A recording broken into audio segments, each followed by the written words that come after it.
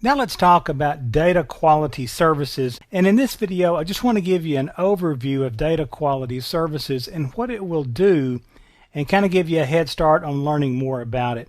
First of all, this is a no-brainer, right? Every business and industry relies on data, and often that data is specific to the business or industry.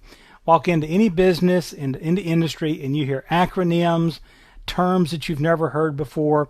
What's even more dangerous, terms you have heard before but have a different meaning in this context. We're talking about descriptions, acronyms, measures, all sorts of things. Okay, and so that's unique to every industry. Now, data that's stored in those businesses' databases is obviously critical to the operation of the business, to billing, to sales, and so forth. And let's look at an example of what can happen to that data. For example, in one of the age fields in our database, we have the age of 300. Now, obviously, to us, to a human, we instantly recognize that a 300-year-old employee is a data issue, right? We don't have 300-year-old people here. Might be 30 that got a typo, could be some other kind of typo, but we generally don't have 300-year-old people here. But computers will see this as an integer and assume, oh, okay, all is well. It doesn't, overflow, so I'll go with that. And so that's a good example of data quality. Databases enforce integrity. That's a standard part of them. Integrity is very important, and this means that the data complies with business rules, meaning that that data that's linked by foreign and primary keys can't be deleted in certain conditions and so forth. But keep in mind, data can comply with business rules but still be inaccurate, like our age value. So data quality is concerned with accuracy. All right, databases enforce data integrity, but data quality is what enforces or gets concerned with data accuracy. We're talking about situations like, is the data complete? Is the data accurate?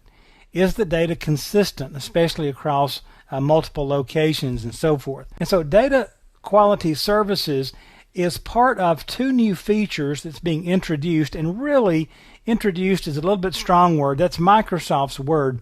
But the bones of this have been out there in previous versions, and but they've been enhanced so much in SQL Server 2012. Microsoft is calling this a more or less a new introduction, and that is Microsoft SQL Server 2012 Data Quality Services, or DQS, and this helps you profile and correct data.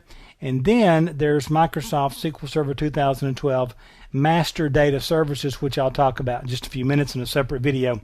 And this is your master data management solution. Now, both of these solutions, or both of these new features, are going to be mentioned on the exam.